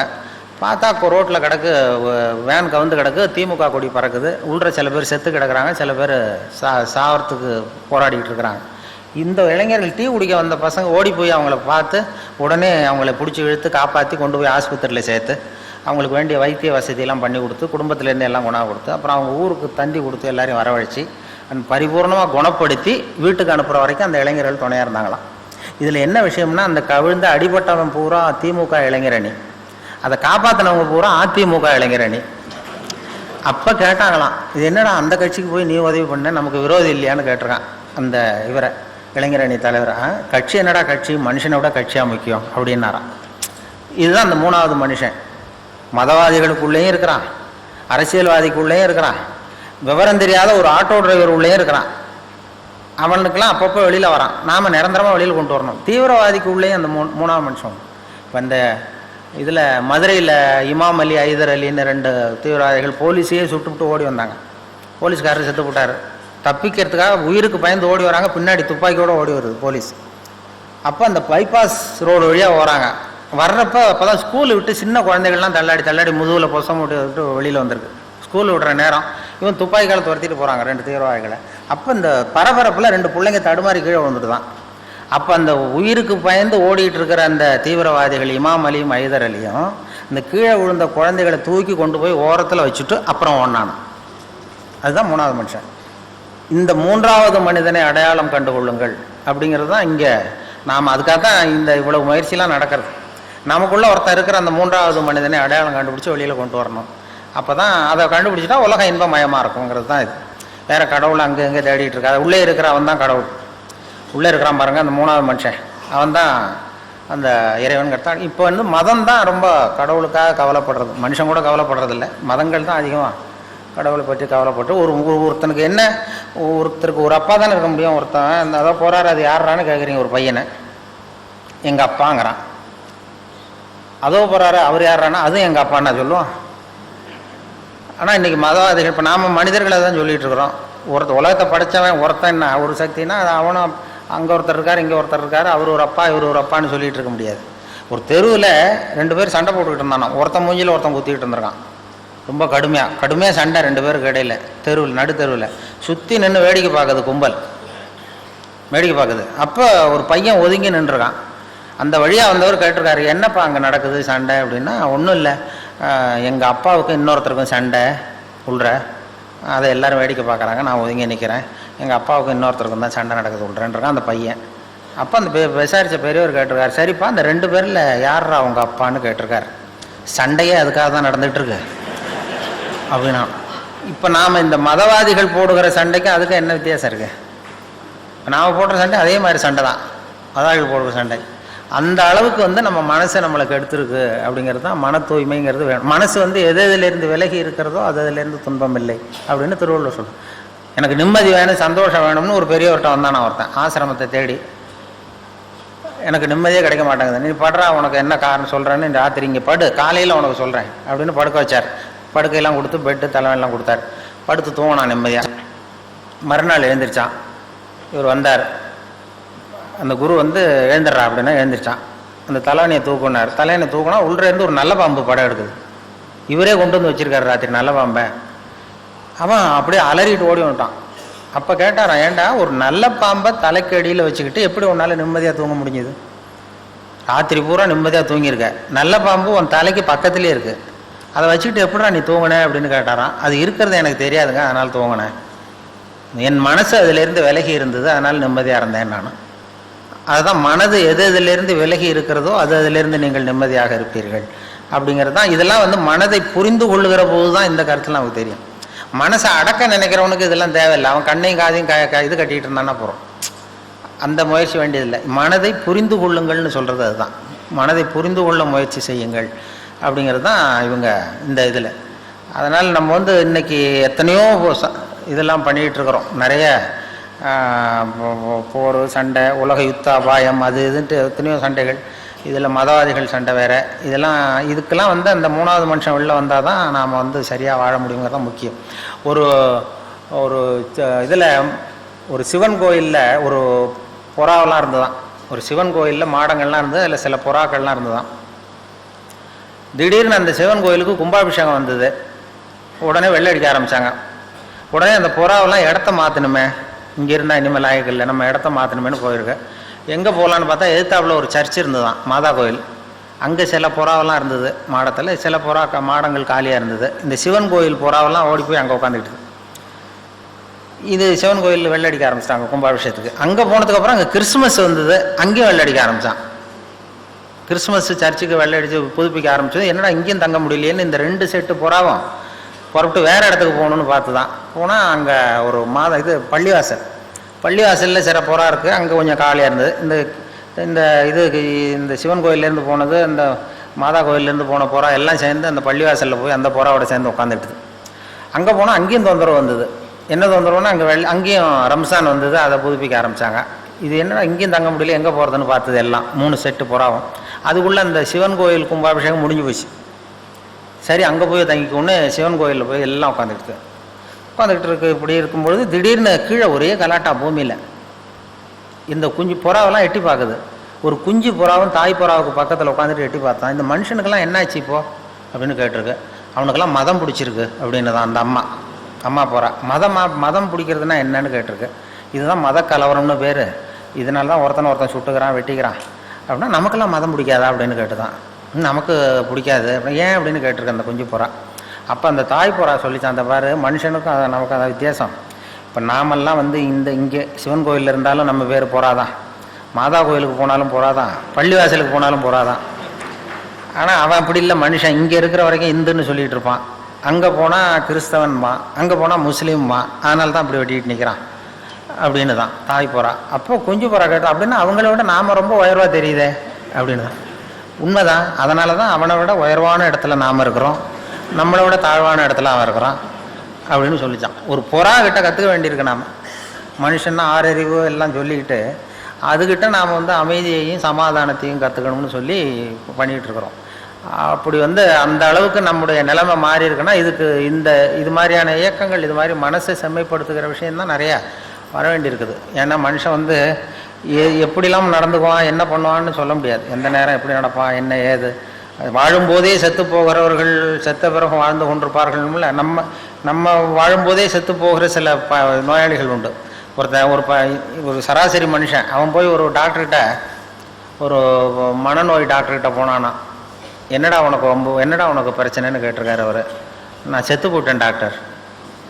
அவர் நினச்சிட்டார் இது வாழும்போதே செத்து போகிறவர்கள்னு சொல்கிறாங்களே, அந்த ஞானியை அவர் இருப்பாரோ அப்படின்னு சொல்லி, என்னடா சொல்கிறேன், இல்லை உயிரோட தாண்டா இருக்கேன்னா, இல்லை டாக்டர் நான் செத்து போட்டேன், யாரும் நம்ப மாட்டேங்கிறாங்க, நீங்கள் வந்து மனநோய் டாக்டர், உளவியல் டாக்டர், நீங்களாவது நம்புவீங்க, அதனால தான் உங்ககிட்ட வந்து சொல்கிறேன் அப்படின்றான். அவர் புரிஞ்சுக்கிட்டார், சரி வர வேண்டிய கேஸ் தான், இவனை வந்து உயிரோடு இருக்கிறான்னு நம்ப வைக்கணும், என்ன பண்ணுறது அப்படின்னு சொல்லி தப்பாடுறா. உயிரோடு இருக்கிறவங்க பேசுவாங்க, செத்து போனவன் பேச மாட்டான். இப்போ நானும் பேசுகிறேன், நீயும் பேசுகிற, அதனால் நானும் உயிரோடு இருக்கேன், நீயும் உயிரோடு இருக்க அப்படின்னா, அதெல்லாம் இல்லை சார், நீங்கள் வந்து போனத்துக்கிட்ட தான் சார் பேசிகிட்ருக்கீங்க, செத்து போன போனத்துக்கிட்ட தான் சார் பேசுகிறீங்க அப்படின்றான். ஏன்னா இவன் பெரிய ரொம்ப முத்தின கேஸாக இருக்கும் போல் இருக்க, இவனை எப்படி நம்ப வைக்கிறதுன்னு சொல்லி அடுத்த டெஸ்ட்டு, அவர் ரொம்ப கெட்டிக்கார டாக்டர், என்ன பெரிய விஷயம், அந்த பாருப்பா ஒரு ஊசி எடுத்தார், உயிரோடு இருக்கிற உடம்புல ரத்தம் ஓடும் இல்லையா, செத்து போன உடம்புலேருந்து ரத்தம் எடுக்க முடியாது, ஒத்துக்கிறியா, நான் ஒத்துக்கிறேன்றான். அப்படி வா வழிக்கு அப்படின்னு சொல்லி ஒரு டாக்டர் கொஞ்சம் தைரியம் வந்து ஒரு ஊசி எடுத்தார், தன்னுடைய கையில் லேசாக குத்தி விட்டு காட்டினார், தபார் ரத்தம் வருதா, வருது, ஓ விரலை கொடு அப்படின்னு சொல்லி அவன் விரலை கொடுத்து ஒரு குத்தி, தபார் ரத்தம் வருது, 2 பேர் கையில் ரத்தம் வருது இல்லையா, அதனால் உயிரோடு இருக்கும், எப்படி அப்படின்ட்டுருக்கார். நீங்கள் உண்மையிலேயே ரொம்ப திறமையான டாக்டர் தான் சார் அப்படின்ட்டுருக்கான். எப்படிடா சொல்கிற அப்படின்னா, ஒன்றும் இல்லை, ஒரு செத்து போன உடம்புலேயே ரத்தத்தை எடுக்கிறீங்களே அப்படின்னா, அவன் எந்த காலத்தில் பிழைக்கிறத, இப்படி வாழும்போதே செத்து போகிறவர்கள் நம்மவர்கள் இப்படி தான் இருக்கிறாங்க. அந்த விழிப்பு உணர்ச்சி எப்போ வருங்கிறது சொல்ல முடியாது. அதனால் அந்த அந்த விழிப்பு உணர்ச்சி தான் நமக்கு தேவைங்கிறது ரொம்ப முக்கியம். அதை விட இங்கே அடுத்து, அதாவது ஐயா அருள் தந்தையினுடைய உபதேசமே என்னென்னா, நீ யாருக்கும் இடைஞ்சல் பண்ணாதே, யாருக்கும் இடைஞ்சலாக இருக்காது அப்படின்னு. அப்படி இருந்தும் ஒரு 3/4 மணி நேரம் உங்களுக்கு இடைஞ்சல் கொடுத்துக்கிட்டு இருக்கேன். அதனால் அதை விட என்னென்ன பேசுகிறதும் ஒரு பெரிய, பேசியே கூட கொலை செய்யலாம், கொலை குற்றம் கூட சாட்டப்படலாம். பேச்சு ஒரு பெரிய ஒரு ஒரு இளைஞன் வந்து வாழ்க்கையிலே வெறுத்து போய் தண்டவாளத்தில் போய் தலையை வச்சு படுத்தானா, வாழ்க்கையில் யாரும் உதவி பண்ண மாட்டேங்கிறாங்கன்னு. திரும்பி பார்க்குறான், 2 பக்கமும் ரயிலே வரல. என்னடா ரயில் கூட வர மாட்டேங்குதுன்னா, ஒரு கூட்டம் நடந்துகிட்டு இருக்கு, ஒரு பேச்சாளர் பேசிகிட்டு இருக்கார் ஒரு மைதானத்தில். சரி கொஞ்ச நேரம் போய் அவர் பேச்சை கேட்போம், அப்புறம் வந்து இங்கே படுத்துருவோம் அப்படின்ட்டு போனால், அங்கே ஒரு 2000 பேர் உட்காந்துருக்குறாங்க, பேச்சாளர் பேசிகிட்டு இருக்கார், வாழ்க்கையில் தன்னம்பிக்கை ரொம்ப அவசியம்னு. பேசி முடித்ததும் எல்லோரும் கலைஞ்சி போயிட்டாங்க. இவன் மெதுவாக அந்த பேச்சாளர்கிட்ட போனான், சார் கொஞ்சம் உங்ககிட்ட பேசணுன்னு இருக்கான். என்னடான் இருக்கார், நான் வந்து உங்கள் தற்கொலை பண்ணிக்கிறேங்கிற எண்ணத்தோடு நான் தண்டவாளத்தில் வந்து தலையை வச்சு படுத்திருந்தேன், உங்கள் பேச்சு சத்தம் கேட்டது, அதனால் நான் வந்து உங்கள் பேச்சை கேட்டேன் ஒரு 2 மணி நேரம். உங்கள் பேச்சை கேட்டதும் இனிமேல் நான் வந்து தற்கொலை பண்ணிக்கிறது இல்லைங்கிற முடிவுக்கு வந்துட்டேன், வாழணுங்கிற ஒரு ஆசை வந்துட்டுது எனக்கு. அவருக்கு ரொம்ப பெருமையாக இருந்தது. இதுதான் ஒரு பேச்சினுடைய இலக்கணம். நீ இப்படி வந்துட்டு எப்படி இந்த முடிவுக்கு வந்தேன்னு கேட்டிருக்காரு. உங்கள் பேச்சை எவ்வளோ பேர் சார் கேட்டாங்க இங்கே அப்படின்னா, ஒரு 2000 பேர் கேட்டாங்கப்பா அப்படின்னாராம். அப்போ இவன் சொன்னானா, ஒரு 2000 பேரை ஒரே நேரத்தில் சாகடிக்கிற நீ உயிரோடு இருக்கிறப்போ நான் எதுக்கு சார் சாகணும், நான் இனிமேல் சாக மாட்டேன் சார் போட்டான். ஏதோ ஒரு நம்பிக்கை வருது பாருங்கள். இப்போ அது மாதிரி ஒரு நம்பிக்கை வந்தாலும் போகிறோம் என் பேச்சை கேட்டு. அதுதான் அவர் அழகர் ராமானுஜன் வித்தியாசமாக பேசுன்னு சொன்னார். வித்தியாசம், அதான் அவங்கெல்லாம் விவரமாக பேசிட்டாங்க, நீ வந்து வித்தியாசமாக பேசு அப்படிங்கிறது மாதிரி. சகிப்புத்தன்மைங்கிறது ரொம்ப அவசியம். இது மாதிரி நேரத்தில் சகிப்புத்தன்மையை நாம் வளர்த்துக்கலாம். நல்ல பண்புகளை வளர்க்குறதுக்கு இது மாதிரி சந்தர்ப்பத்தை பயன்படுத்திக்கணும். சகிப்புத்தன்மைங்கிறது சர்வதேச சகிப்புத்தன்மை ஆண்டுன்னே கொண்டாடினாங்க 1995 வருஷம். சர்வதேச சகிப்புத்தன்மை ஆண்டு. நாடுகளுக்கு இடையில் சகிப்புத்தன்மை வேணும், மனிதர்களுக்கு இடையில் சகிப்புத்தன்மை வேணும் அப்படின்லாம் கொண்டாடினாங்க. அந்த சகிப்புத்தன்மை என்னென்னா, ஒரு சொல்லுவாங்க, ஒரு டாக்டர் ரூமில் உட்காந்துருந்தார் ஒரு ஆஸ்பத்திரியில். டாக்டர் ரூமுக்கு வெளியில் வரிசையாக பெஞ்சு போட்டிருக்கு. 40 பேர் வரிசையாக உட்காந்துருக்கான் டாக்டரை பார்க்குறதுக்கு க்யூவில். 40 பேர் சட்டையும் கட்டி சுட்டி சுட்டி வச்சுருக்கான் பக்கத்தில். 40 பேர் வாயிலையும் 40 தெர்மாமீட்டர் இருக்குது. 40 பேர் தெர்மாமீட்டரோட மேல் சட்டையை கட்டி சுருட்டி வச்சுட்டு அப்படியே வரிசையாக உட்காந்துருக்கான். எதுக்கு வந்தால் எல்லோரும் ஒரே வியாதிக்கு வந்தது மாதிரி. அந்த தெருவில் ஒருத்தர் காலண்டர் மாட்டுறதுக்கு ஆணி அடிச்சிருக்காரு, விரல் நசுக்கி போச்சு. உடனே நம்ம தெரு டாக்டர் தானேன்னு வந்து, டாக்டர் இதில் கொஞ்சம் விரல் ஏதாவது வச்சு விடுங்க அப்படின்னு சிஸ்டர்னு அந்த நர்ஸிட்ட கேட்டிருக்கான். அதெல்லாம் முடியாது, நீ 41வது ஆளாக உட்கார். எதுக்கு, விரல் தானே சிஸ்டர், அதெல்லாம் தெரியாது, உட்காருன்னு உட்காந்தான். சட்டையை கேட்டுருக்கு. எதுக்கு சிஸ்டர், சட்டை விரல் தானே இருக்கான், அதெல்லாம் பேசப்படாது, சட்டையை கேட்டுணும், எல்லாரையும் பாரு, எல்லாம் சட்டை இல்லாமல் இருக்கு. மறுபடியும் சட்டையை கட்டி வச்சான். வாயை திறந்தான், தெர்மாமீட்டரை வச்சுட்டு ஓடி போச்சு. இவன் தெர்மாமீட்டரை வச்சுட்டு யோசிக்கிறான், எதுக்கு தெர்மாமீட்டர் வச்சு பார்க்குறாங்க, இவங்க விரல்லாம் இதே கேஸா அப்படின்னு எட்டி பார்க்குறான். அவன் விரல்லாம் நல்லா இருக்கு. சரி எதுக்குடா வந்தேன்னு கேட்கணும்னா வாயை திறக்க முடியல. அவனும் ஏதோ சொல்லணும்னு நினைக்கிறான். இந்த 40 பேரும் ஏதோ பேசுறதுக்கு தயாராக இருக்கான், ஆனால் வாயை திறக்க முடியல. கண்ணு செவந்திருக்கு, வாய் பலூன் மாதிரி உப்பிருக்கு, சகிச்சுட்டு உட்காந்துருக்கான். ஒரு 15 நிமிஷம் கழித்து அந்த அம்மா நர்ஸு ஓடி வந்து ஒரு தெர்மாமீட்டராக எடுத்து அந்த தெர்மாமீட்டருக்கு டெம்பரேச்சர்லாம் குறித்து டாக்டர் ரூமுக்கு ஓடி போச்சு. அதுக்கப்புறம் இவன் பேச ஆரம்பித்தான். 41வது ஆள் விரல் நசிக்கிட்டு வந்தானே, இது என்ன டாக்டராக என்னன்னு எனக்கு சந்தேகமாக இருக்குது, எதுக்கு தெர்மாமீட்டர் வச்சு பார்க்குறதுனே ஒரு விவரம் இல்லாமல் போச்சு, இதை நான் சும்மா விட மாட்டேன், இவ்வளோ நேரம் என்னை வேஸ்ட் பண்ணி விட்டாங்க ஒரு சும்மா ஒரு சாதாரண காயத்துக்கு, ஒன்று கத்த ஆரம்பித்தான், இது ரொம்ப அக்கிரமம் அநியாயம்னு. அப்போ இதுக்கு முந்தின ஆள் இருக்கானே 40வது ஆள், அவன் அட்வைஸ் பண்ணுறான், இதை பாருப்பா, இது சர்வதேச சகிப்புத்தன்மை ஆண்டு, சகிப்புத்தன்மை இது மாதிரி இடத்துல தான் நாம் வளர்த்துக்கணும். இப்போ என்ன தெர்மாமீட்டர் வச்சு பார்த்துக்கா இப்படிலாம் வந்து துள்ளுறான் அனாவசியமாக, அதிக பிரசித்தனமாக அப்படி துள்ளாத, கொஞ்ச நேரம் மரியாதையாக வாழை சுட்டிட்டு உட்கார் அப்படின்றான். அப்படி சொன்னதும் அவனுக்கு இன்னும் கோவம் வந்துட்டுது. வாழை சுட்டிட்டு உட்காரான்னு சொன்னதும் 41 இன்னும் கோவம் வந்துட்டுது. எனக்கு இவ்வளோ புத்தி சொல்கிறியடா, நீ எதுக்கடா வந்தேன்னு கேட்டான். நான் தபால் கொடுக்க வந்தவையா,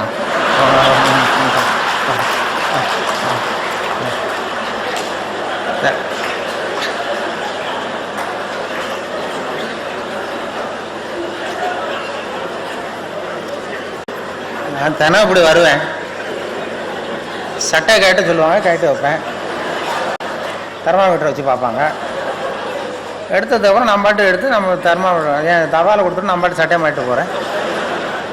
என்ன குறைஞ்சி போச்சு, எல்லோரும் சகிப்புத்தன்மையை வளர்த்துங்கப்பா அப்படின்னு சொல்லி புத்தி சொன்னாங்க. அது மாதிரி இது மாதிரி சந்தர்ப்பத்தில் உங்களுடைய சகிப்புத்தன்மையை வளர்த்துக்கிறதுக்கும் ஒரு சந்தர்ப்பம் இருக்கும். அதாவது பேசுகிறதுல விஷயம் இல்லைன்னா கூட இப்படி மறைமுகமான சில பலன்கள் அதில் உண்டு. அந்த இது அது மாதிரி பலன்களாவது உங்களுக்கு கிடைச்சிருக்கும்னு நம்புகிறேன். ஏன்னா பேச்சாளர்கள் சில பேர் பேச ஆரம்பிச்சுட்டா நிறுத்த தெரியாது, எங்கே முடிக்கிறதுன்னு தெரியாது. ஒருத்தர் அதுக்காக தான் எதிர்த்தாப்பில் கடிகார மாட்டிருக்கிறது, கரெக்டாக இந்த தேதி டயப்படி ஆரம்பித்து டயப்படி முடிக்கிறாங்க. ஒரு பேச்சாளர் பேசிகிட்டே இருந்தார், ரொம்ப நேரம் பேசி நேரம் போனதே தெரியல, மன்னிச்சுங்க சார் நான் கடிகாரத்தை கூட பார்க்க மறந்துட்டேன், எல்லோரும் இப்போ என்ன மன்னிச்சுங்க சார் ரொம்ப நேரம் பேசிட்டேன் போல் என் கடிகாரத்தை பார்க்க மறந்துட்டேன் இருக்கார். அப்போது ஒருத்தர் கோபமாக எழுந்திரிச்சு சொன்னாராம், ஏயா கடிகாரத்தை தான் பார்க்க மறந்தேன், பின்னாடி மாட்டியிருக்கிற காலண்டரையாவது பார்க்கக்கூடாதா?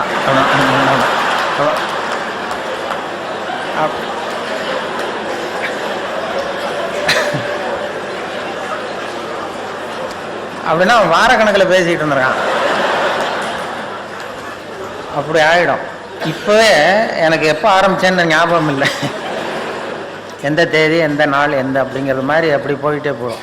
அதனால் பேச்சாளர்களுக்கு அது ஒரு பேச்சாளர் வேகமாக போயிட்டு இருந்தாராம். எதிரில் வந்து ஒரு சிங்கம் வந்து வழிமறிச்சு தான், எனக்கு பசிக்குது ஒன்று சாப்பிட போகிறேன்னு. ஒரு காட்டு வழியாக போயிட்டுருக்காரு. இப்போ பேச்சாளர் சொல்லுவார், இப்போ சாப்பிடாத, நான் ஒரு அவசரமாக ஒரு கூட்டத்தில் பேசுகிறதுக்காக போயிட்டுருக்கேன், அவங்க எல்லாம் ஆர்வமாக காத்துக்கிட்டு இருக்கிறாங்க அப்படின்னா, ஆர்வமாக காத்துக்கிட்டு இருந்தால் நீ வந்து என்ன அவ்வளோ நல்லா பேசுவியான்னு தான் சிங்கம். ஐயோ நான் பேச ஆரம்பித்தா சிங்கம் அப்படியே மயங்கி விழுந்துரும், எல்லோரும் மயங்கி விழுந்துருவாங்க கேட்குறவங்க, அப்படின்னா நான் இங்கேயே பேசுகிறேன், நீ மயங்கி விழுறியா பார்ப்போம், நீ இங்கேயே பேச நான் மயங்கி விழுறேன் நான் பார்ப்போம்னு சிங்கம். உடனே பெரியோர்களே தாய்மார்களேன்னார் பேச்சாளர். அப்படியே சிங்கம் கரகரகரான்னு சுற்றி விழுந்துட்டு. ஆஹா இதுகிட்டே தப்பிக்கிறதுக்கு தான் நேரம்னு சொல்லி மெதுவாக எழுந்துட்டு ஒரே ஓட்டமாக ஓடிவிட்டார். ரொம்ப தூரம் ஓடி போய் வேர்த்து ஒழுகுது, மூச்சு வாங்குது. அந்த சிங்கம் அப்படியே கிடக்கா, துரத்தான்னு பார்க்குறாரு, பார்த்தா அப்படியே கிடக்கு, மயக்கம் அடித்து விழுந்தது, பேச்சை கேட்டு மயங்கி விழுந்தது. அப்போ அவர் அங்கேருந்து நினச்சிக்கிட்டாராம், மூச்சு வாங்க, நம்ம பேச்சை நல்ல வேலையாக நம்ம பேச்சை கேட்டுவிட்டு அந்த சிங்கம் மயங்கி விழுந்ததுனால நாம் தப்பித்தோம் அப்படின்னு அவர் நினச்சிக்கிட்டாராம். அதே நேரம் அந்த சிங்கம் லேசாக அவரை தலையை தூக்கி பார்த்தான், கண்ணால் பார்த்துட்டு இதை நினச்சிக்கிட்டு தான், நல்ல வேலை மயங்கி விழுந்தது மாதிரி நடித்ததுனால நாம் தப்பித்தோம், இல்லைன்னா அவன் பேசியே கொண்டிருப்பான் அப்படின்னு. இது எதுக்குன்னா, இப்போ உங்கள் முகத்தையெல்லாம் பார்த்தா அந்த சிங்கத்தோட முகம் மாதிரி தெரியுது எனக்கு. அதனால் ஒரு நிஜம் சிங்கமாக மாறுறதுக்குள்ளே நான் வந்து உங்கள் எல்லாருக்கும், நானும் உங்களை நோக்கி நெருங்கி வருகிறவன், கூடிய சீக்கிரம் இங்கே வந்து அந்த முறையான பயிற்சிகளாம் பெறப்போகிறேன் அப்படிங்கிற சொல்லி நன்றி, வணக்கம்.